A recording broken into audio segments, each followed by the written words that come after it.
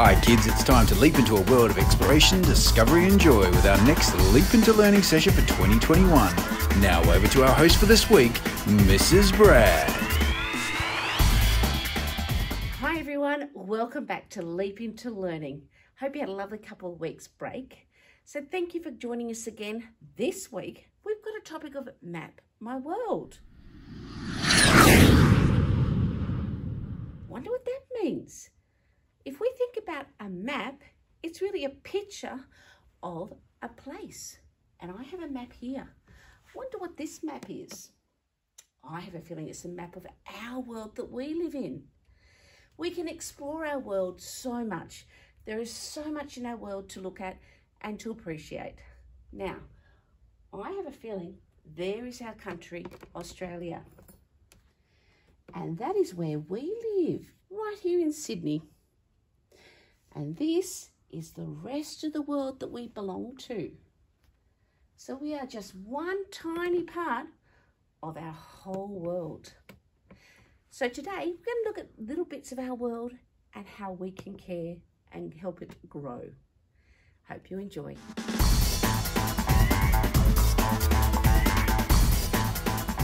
Today I have a special book for us to read called That's Not a Daffodil. Our world is full of flowers and daffodils a particular flower. And this is a beautiful story written by Elizabeth Honey about That's Not a Daffodil. Let's have a look at it. Lovely colours and a car and a map. Oh goodness. That's Not a Daffodil by Elizabeth Honey. One day, Mr. Yilmaz from next door called in with a basket of animals and a crumpled paper bag. "What is it?" asked Tom. "It's a daffodil," said Mr. Yilmaz.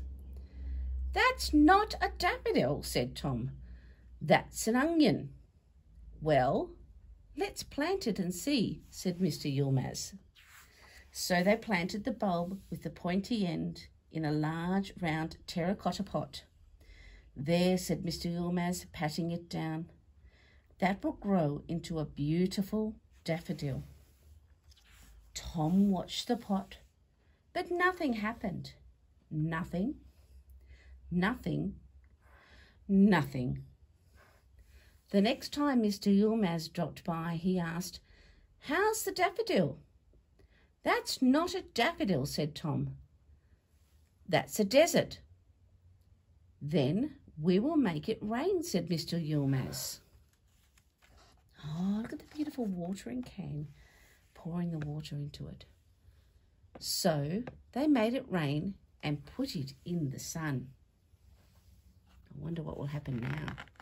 When Mr. Yilmaz brought in a fine bunch of carrots, he asked, How's the daffodil?"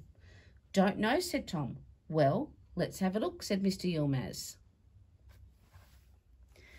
"Now what do you think?" asked Mr. Yilmaz. "That's not a daffodil," said Tom. "That's a green beak." "So it is," laughed Mr. Yilmaz. From time to time, Tom measured the beak. It was growing. And while Mr. Yilmaz was away in Turkey, the green beak opened up. Goodness me. "How's the daffodil?" asked Mr. Yilmaz when he came home. "That's not a daffodil," said Tom. "That's a hand with 5 flat fingers." "Green fingers," agreed Mr. Yilmaz. And look at that, it does look like a hand with 5 fingers. One blustery winter's day, Mr. Yilmaz blew in with a large pumpkin. "How's the daffodil, Tom?" "That's not a daffodil. That's Grandpa's hairs in the wind." Mr. Yilmaz chuckled. "He needs a haircut." I can see the wind blowing it.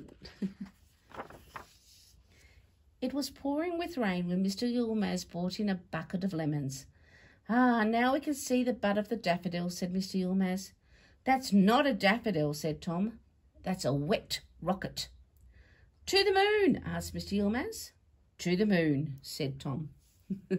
I can see that. They thought it looked like a ladder up to the moon. One day, Mr. Yilmaz brought his grandchildren to play, Layla and little Khan, and their big bouncy dog Karash. They were trying to catch Karash when he bounded away and knocked the pot. "Wah!" cried little Khan. "Call the plant ambulance," said Layla. "Mr. Yilmaz!" yelled Tom. Looks like they're playing hopscotch. Mr. Yilmaz helped them pat the soil back in. "Will it still grow?" asked Tom. "I believe so," said Mr. Yilmaz. "The roots have not been disturbed.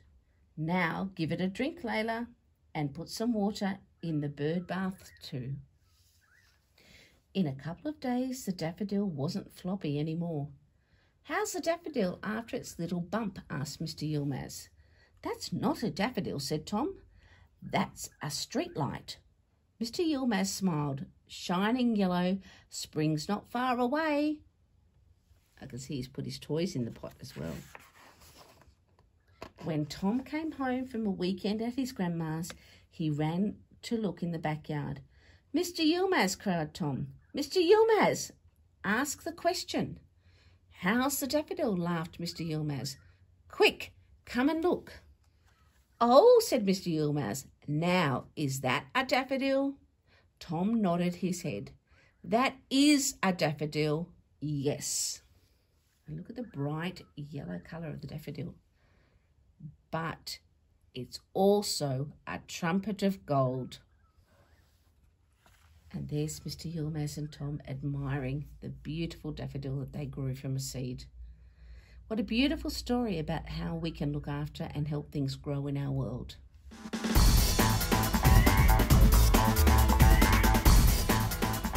Well, that was a beautiful story about Mr. Yilmaz and Tom growing a beautiful daffodil. Now, in your packs, you have some broad bean seeds. And I thought it would be a great idea if we can help look after our world by growing things. So what we can do is we have our cup, we have our broad bean seeds, and I've gone and collected some dirt simply from the garden out here at school. So I'm going to plant my broad bean seed, and in time I'll see it grow. So I've collected the soil, and now I'm going to fill my cup with as much soil as I can. And you know what? We can make a mess. That's okay, because we can clean it up for Mum or Dad. So I've just put lovely soil from my garden at school here. And I put it in there. Then I simply take, and you've got a few broad bean seeds in your pack. I'm going to put 3 in for this one. And I could even do another one. We'll give it to a brother or sister. I'm going to push it into the soil. 1, 2, and 3. Now, I remember in our story, it didn't grow. It needed something special.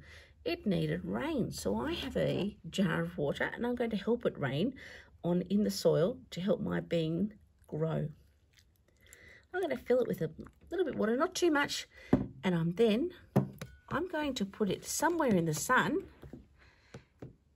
and take it to the sun and let it stay there to get some sunshine and watch it grow. So here I am. I'm going to put my seed with the soil and the water in the sun and leave it for probably a week or two. Then I might see some green shoots grow up. So I'm going to put it in the sun. Let's find some sunshine. Here we go. There's some sunshine. And I'm going to let it sit in the sun for about a week or two, and then I will eventually see some green shoots growing. I look forward to seeing some of yours in the photos that you can send us. So now that we've planted our plant and we're waiting for it to grow, let's have a think about the different parts of where we live in our world.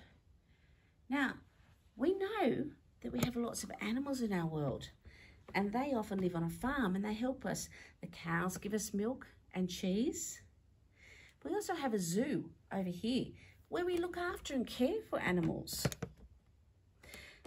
So we have a zoo where animals are looked after, cared for, a farm where we get food and the animals are cared for, but we get our food from the farm.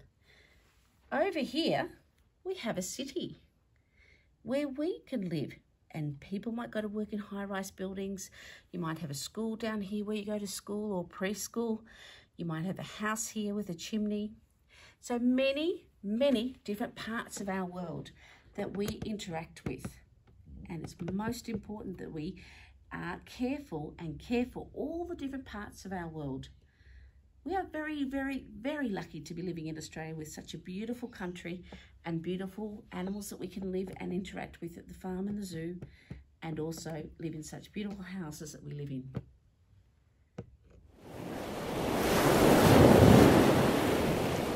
Now, I'd love to read your story called Rosie's Walk by Pat Hutchins. It's a great book where Rosie goes on a walk in her world where she lives on a farm. Let's see what happens. Rosie the hen went for a walk. Across the yard, who's following her, I wonder? Look, the fox, the rake has hit the fox, and Rosie's still going on her walk. Around the pond, see frogs that she sees on the pond. So far we've been to a farmhouse and a pond. And the poor old fox has fallen in the pond. I don't think he went around the pond, he went in the pond. Over the haycock. I can see a goat there. The poor old fox, he's gone inside the haycock. Past the mill. And a mill is where the wheat is crushed to make into flour. Oh no, the flour's gone all over the fox, but Rosie's still going on her walk through the fence.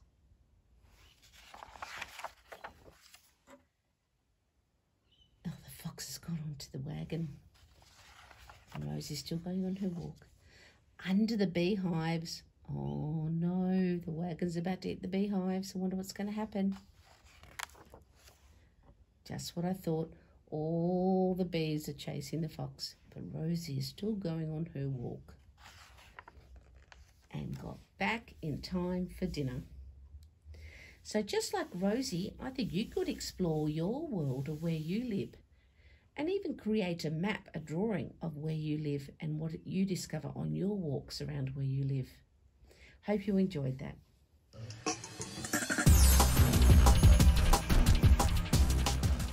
Well, now we're going to think about how else we can care for our world. And one of the ways we can care for our world is by looking after the animals.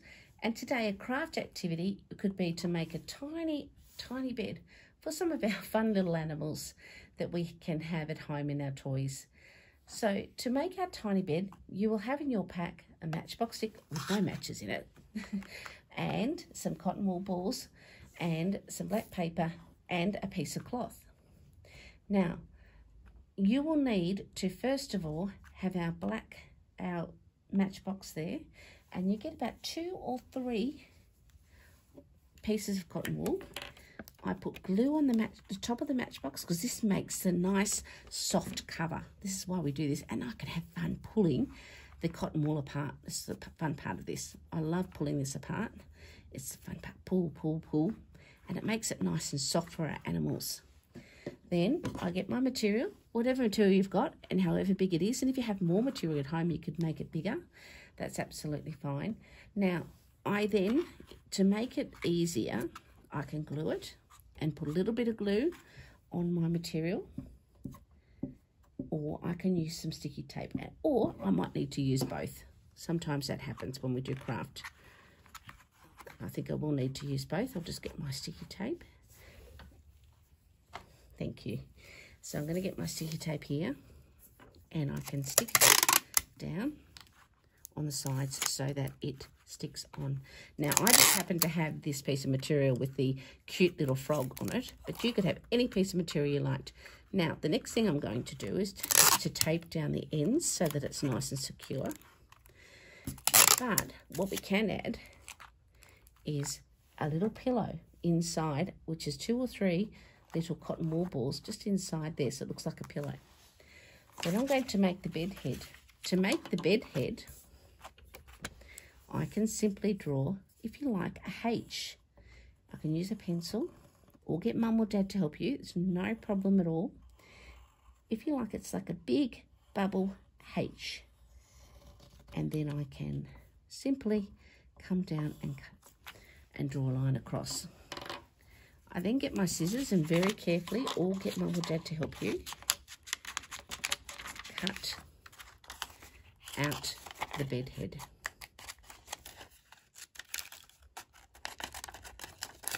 And as always I say, I do my best, and it whatever you do and how creative you make it is absolutely up to you.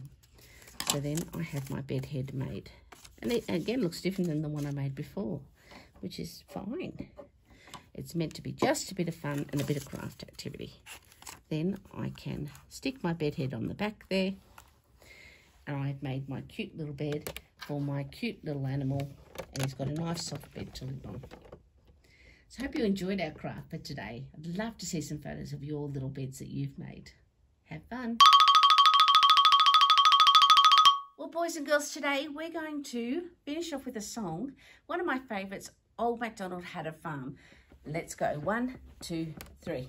Old MacDonald had a farm, E-I-E-I-O.